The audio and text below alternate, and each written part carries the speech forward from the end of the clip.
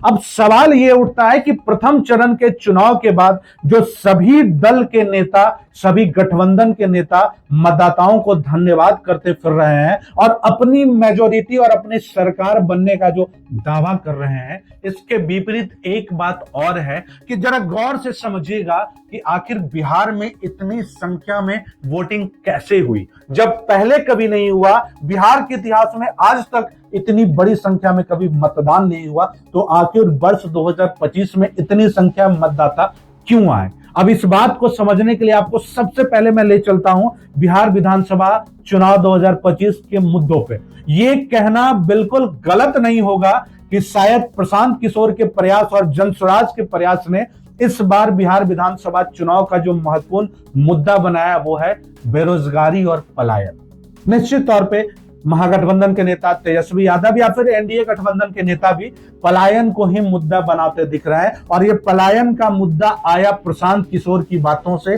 जन सुराज की मुहिम से, और कहीं ना कहीं बिहार की जनता भी पलायन को ही मुख्य मुद्दा मानने लगी है। आमतौर पे जब आप बूथ पे जाकर के इंटरव्यू करते हैं तो मतदाताओं के से ये बात निकल कर आ रही है कि बेरोजगारी और पलायन ही सबसे बड़ा मुद्दा। चलिए अब आगे चलते हैं कि बिहार में जो प्रथम चरण का मतदान 6 नवंबर को हुआ, इस मतदान से पूर्व बिहार में सब लोक आस्था का महापर्व छठ महापर्व था। बिहारियों के लिए श्रद्धा और सम्मान का, बिहारियों के लिए सबसे बड़ी आस्था का यह पर्व होता है, जहां छठी मैया और सूर्य देव को अर्घ दिया जाता है। जिस समय बिहार के मजदूर या फिर किसी भी वर्ग के लोग बिहार से बाहर किसी भी बड़े शहर, महानगर, यहाँ विदेशों में भी रहने वाले लोग, उनका यह प्रयास होता है कि वो चल करके बिहार आए और अपने परिवार के साथ छठ मनाए। हालांकि चुनाव आयोग ने पूरी कोशिश की कि छठ और चुनाव की तारीखों में बहुत अंतर किया गया, बहुत अंतराल हुआ, ताकि जो भी मजदूर वर्ग के लोग हैं, जो कामगार वर्ग के लोग हैं,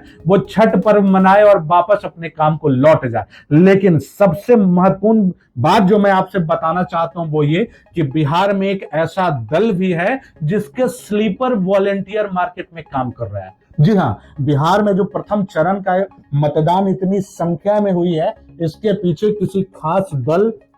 आप तो समझ ही रहे होंगे कि यह इशारा किस दल की ओर है, लेकिन बिहार में एक ऐसा दल है जिसके स्लीपर वॉलेंटियर मार्केट में काम कर रहे हैं। खास करके उनका टारगेट है वैसे मजदूर वर्ग के लोग जो बिहार से बाहर मजबूरी बस 10,000, 12,000, 15,000, 20,000 की नौकरी के लिए मजबूर और विवश करके बिहार से बाहर जाते थे। वैसे लोग छठ महापर्व के बहाने बिहार वापस कैसे आएंगे और बिहार आने के बाद चुनाव तक कैसे रुकेंगे, इसकी पूरी व्यवस्था उस एक खास दल के स्लीपर वॉलेंटियर की जिम्मेदारी है। वो कैसे रुकेंगे बिहार में, मतदान केंद्र तक कैसे पहुंचेंगे, यानी आप ये समझ लीजिए ना कि मजदूरों से अपील करके उन्हें रोका गया है, मजदूरों की काउंसलिंग की गई है, उनको उनके अधिकार को समझाया गया है कि आखिर कब तक ट्रेनों की लैट्रिन और बाथरूम में आप बैठ करके छठ महापर्व में बिहार और बिहार से वापस काम पे आते जाते रहेंगे। यानी जिस बड़े मुद्दे को एक खास दल ने प्रायोजित करके उस मुद्दे को बड़ा मुद्दा बनाया है, जहां हर दल के लोग उसी मुद्दे पे चुनाव लड़ने की कोशिश कर रहे हैं, ये कहना बिल्कुल भी गलत नहीं होगा कि आज बिहार के कामगार मजदूर जो मजबूरी बस गुजरात, मुंबई, दिल्ली, पंजाब, पुणे जाकर के मजदूरी करते थे, जो दिल्ली में बिहारी होने का अपमान सहते थे, जो मुंबई में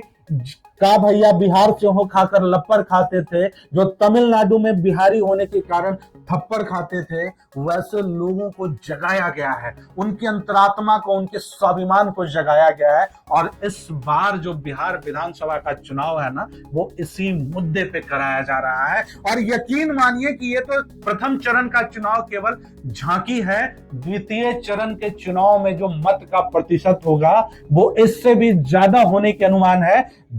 कभी भी इस भ्रम में मत रहिएगा कि प्रथम चरण के चुनाव नजदीक होने के कारण वो जो है वोट देकर मजदूर वापस चले गए होंगे। जी नहीं, ये स्लीपर वॉलेंटियर की जिम्मेदारी है कि मजदूरों को अंतिम चरण के चुनाव तक, चाहे उनकी सहायता करके, उनको फंड दे करके, उनको राशन दे करके, किसी प्रकार से उनको रोकना है, उनसे वोट करवाना है, ताकि फिर से अगली छठ में उन्हें इसी प्रकार का जो है समस्या का सामना नहीं करना पड़े। इसी प्रकार से ट्रेन की लैट्रिन में उनको बैठ करके, ट्रेन के छत पे बैठ करके उन्हें बिहार तक का सफर पूरा न करना पड़े, इससे रोकने के लिए बहुत बड़े पैमाने पे अंदर ही अंदर इसकी पूरी तैयारी कराई गई है और मजदूरों के स्वाभिमान को जगाया गया। यानी आप इंतजार कीजिए 14 नवंबर 2025 का। मुझे लगता है कि बिहार में एक बड़े बदलाव की शुरुआत होने वाली है। मैं ये दावा नहीं कर रहा हूं कि बिहार में किसकी सरकार बनने वाली है, लेकिन ये जरूर समझ लीजिएगा कि बिहार में एक बड़े बदलाव का बयार शुरू हो चुका है और यह अब थमने वाला नहीं है। आज शायद ये इसकी संख्या कम होगी, इसकी प्रतिशत कम होगी, लेकिन आने वाले चुनाव में इसका बहुत बड़ा प्रभाव आपको दिख सकता है। और मेरा जो संदेश था आप तक पहुंचाने का वो यही है कि बिहार विधानसभा चुनाव का जो सबसे बड़ा मुद्दा बेरोजगारी और पलायन है, इसके लिए बहुत बड़े पैमाने पे कार्यकर्ताओं को मार्केट में एक्टिव किया गया है, जो मजदूरों से मिल रहे हैं, उनकी समस्याओं को सुन रहे हैं और उन्हें राशन और उन्हें राशि देकर के उनकी मदद और उनका हमदर्द बनने का प्रयास कर रहे हैं। मतलब यकीन कीजिएगा, इस भ्रम में मत रहिएगा। बस देख लीजिए 11 नवंबर को भी इतनी संख्या में आपको मतदाता मतदान केंद्र पे मिलेंगे। यानी बिहार में जो बदलाव का बयार शुरू हो चुका है, हम और आप सभी लोग मिल करके इसका साक्षी बनेंगे और बदलते हुए बिहार को देखेंगे। शायद यह बिहार वासियों के लिए एक बड़ा सौभाग्य होगा और बिहार के युवा नौजवान साथियों के लिए, बिहार के व्यवसायी और व्यापारियों के लिए शायद यह एक बड़ा अवसर भी होगा। आपने इस संदेश को अंत तक देखा है, सुना है, समझा है, इसके लिए बहुत बहुत धन्यवाद।